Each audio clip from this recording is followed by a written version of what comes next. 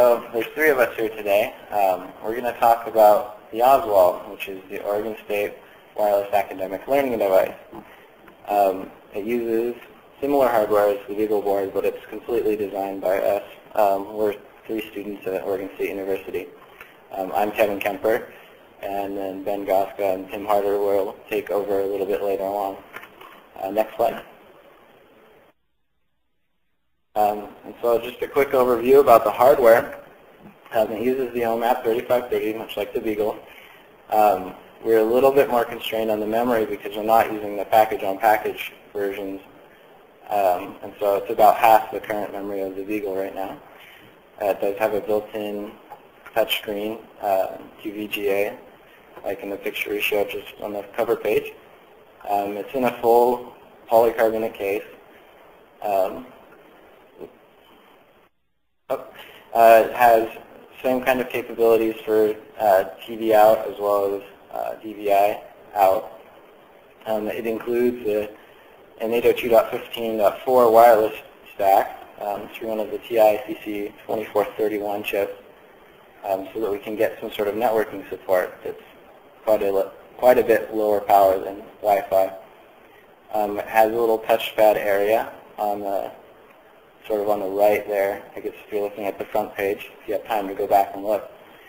It includes a 3X, a accelerometer, and some for people to sort of goof around with, a little speaker and a microphone.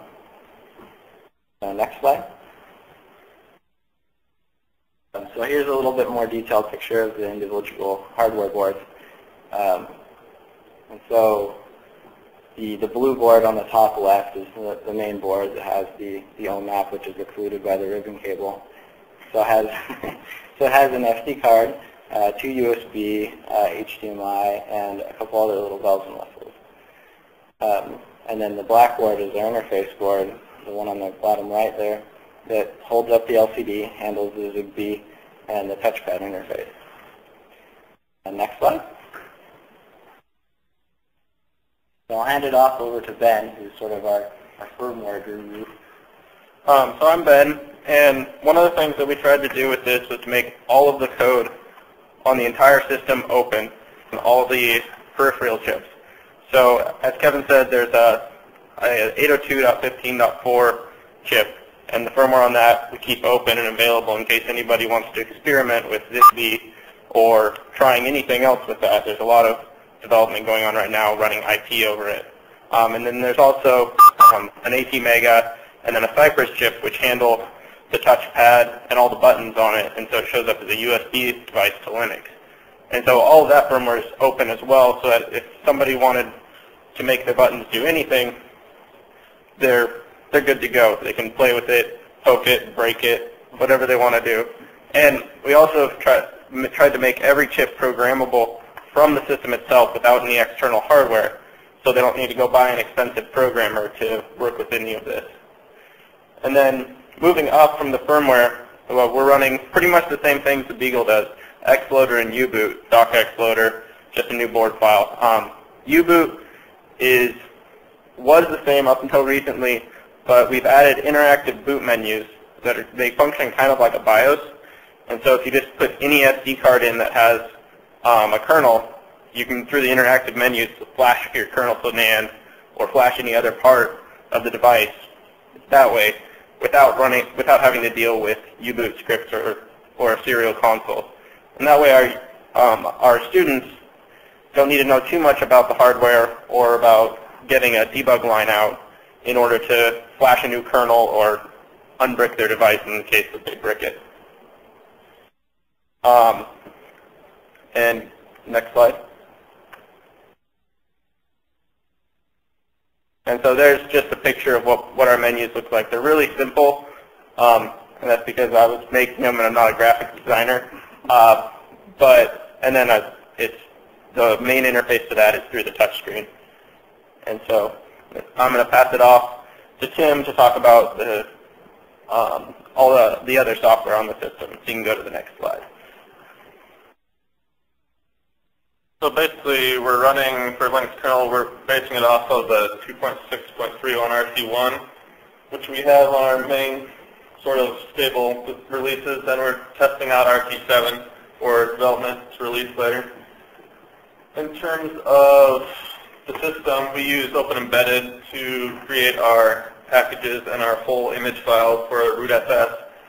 And we have all our code available, our repository, basically clone, OE's, development branch, and then push a lot of updates and added packages that I'll probably be contributing back to the upstream in a bit here. So on the right side, there's a bunch of applications that you can see screenshots of our desktop and things. Window Manager interface that you can see in the lower left corner of those collage of images for the main desktop environment for simplicity. And also, just there's a few games you can see there, and octaves using GNU plotting, and journal is kind of fun too. That's the upper right one.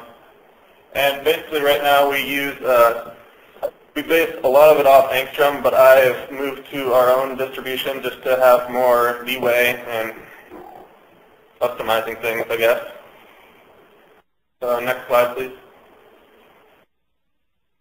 And so, as you notice with the name, this device is designed to be an educational device. And so, while we do have a lot of games running on it, we also use it in classes.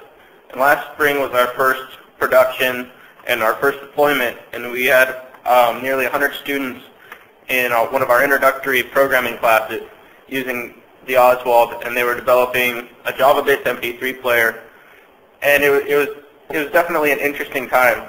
The students hadn't been introduced to foreign architectures too much, and so there was a lot of learning that took place. And running Java on an ARM was also an interesting experience, especially trying to get Swing up and running so they can make GUIs. But that's one of my sore points right now. But in the fall, we're deploying again, and we're trying out in one of the earlier classes now. And so they'll use the OSWALD to explore just kind of what an input is and what an output is, because in general we've had them all working on their laptops, and they get used to an input being a click or being a keyboard, and an output being on the screen. Whereas on the OSWALD, an input could be a shake, it could be a touchpad, or anything like that. And so we're just trying to break the mold and get them thinking outside the box. And in the future, we're pushing to have it used in some of the graphics courses with OpenGL ES on there. Some of our professors are really excited about that. The networking is also really exciting because the networking chip can be modified. The stack can be completely wiped, so people have to rewrite MAC layers. And it just looks like it's going to be an exciting future.